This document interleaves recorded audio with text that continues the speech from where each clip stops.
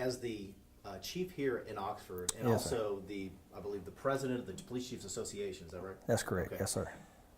What are officers and different police departments telling you about the texting and driving law?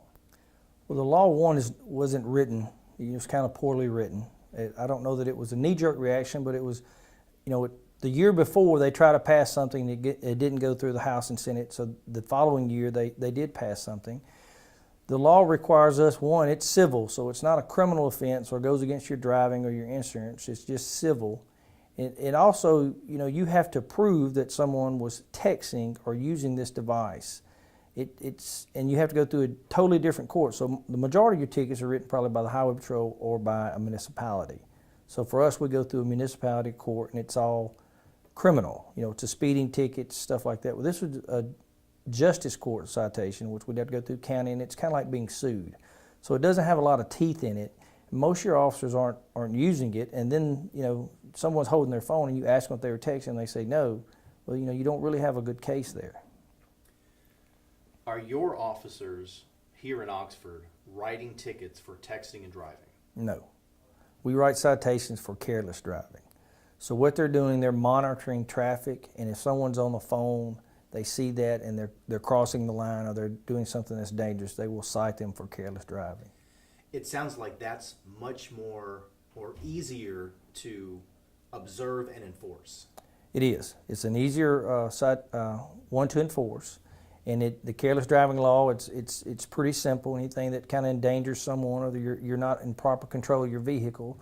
And if you're on a device, or if you're on the phone, or if you're weaving from lane to lane, it's just an easier charge to charge them with. One, it goes against their driving record and infects their insurance. So it causes people not to want to do that.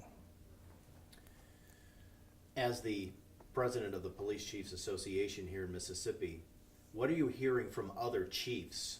Are they writing texting and driving citations? No. I would think if you did research, very few municipalities, even state officials, are writing the texting and driving law. You mentioned careless driving. Right. We know that distracted driving is a very big issue, not only here in Mississippi, but across the country. Yes, sir. What is the solution to this? Do we need to beef up the texting and driving law? Do we need to come up with a new law that says there is no cell phone use in a vehicle? Do we beef up a careless driving law? Where is the solution here? I don't know. I'm sure there's a lot of people out there that's doing research on this, and they'd be the one to go to. But what we need to do is one, we need to refine the law we got. We need to do more of a distracting law, which includes cell phones, any type of computer device, reading while you're driving, anything that would distract you.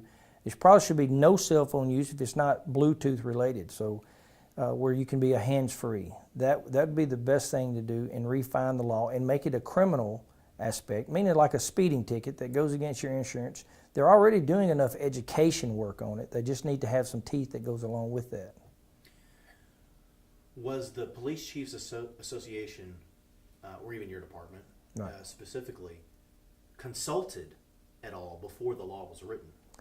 At the time that the law was written, I was not in the Chiefs Association. I was not high enough to know whether or not they consulted them or not. I don't know that, so I can't comment on that. As far as our department, absolutely not. We were not talked to and asked that. Do your officers here in Oxford, do they have any confusion over this particular law and where to use that discretion as it pertains to the careless driving? They all know the law of texting and driving, but again, it's a civil law. So, we don't have those citations. We'd have to do a summons to them, and it's really kind of handicaps them. So they simply look at careless driving as a better means to cite these people who are doing this. And the law, we feel like, is so poorly written. We're just not out here enforcing that on that end of it. Is there a frustration in that a lot of texting and driving can be seen blatantly from time to time, especially being in a college town where Correct. there's so many young people that are connected to their cell phones. It's their generation. That's what they do, and it's getting into my generation. So it's harder when you have a device that's on your side that sends you emails and is giving you text messages and it's ringing constantly, not to pick that up. You go to other states and you can't have a cell phone at all. You know, if they even see you with a cell phone, the police will stop you. It's kind of like in some states, if your windshield wipers are on, your lights have to be on. If they're not on, you get a ticket. It's similar to that. And if you go to other states, those people are abiding by the law, and I think we need something here similar to that. I was speaking with one lawmaker Mm-hmm. about the way the law was written last time. Right. And he told me that one of the concerns with the law was to give officers an excuse. No, let me rephrase that. To avoid a reason for profiling. Right. Does that come into play at all when you actually observe someone who you think is legitimately texting and driving? No, and it's not just texting and driving. It's reading. It should be a number of these things that you should be able to address. Looking at your phone going down the road, I can't tell you many times I've stood on the side of the road working at traffic in uniform with a vest on so that people can see me, and young people and older people drive by you and they don't even know you're standing there because they're looking at that cell phone. What needs to be done now? Would you be willing to work with lawmakers to make this law better, tougher, or do away with it and come up with something different? Where's the action in this whole situation? I don't know where it is. I don't know if they're re-examining it or not, but if they would be more than glad. Our association, myself, and I'm sure state levels would be glad to sit down with them and explain the issues that we're having with this law, and try to give advice and better to make it better so that we could use it.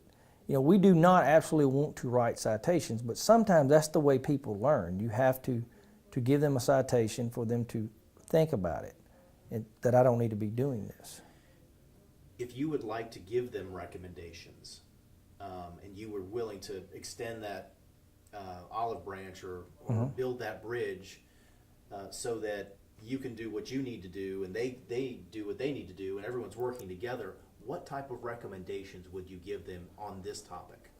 I would go to a distracting law that would cover anything from reading a book, no cell phone use unless it's Bluetooth. So when you're driving down, someone's holding the phone up to their ears. That kind of stuff should go away, because there's data out here that's showing that is almost as dangerous as drinking and driving, because the reaction time is so slow because you're so focused on that. I mean, driving is already a divided attention task because you're listening to the radio, you're hitting the gas, you're looking at the light, and now here you are adding a cell phone to it. So that is something that I would recommend, and that we looked at it and we made it more of a criminal offense that would go through municipality court and not a civil. I think those are big aspects that we have to look at. Okay. Thank you very much for your time today. We Yes, sir. appreciate it. Thank you.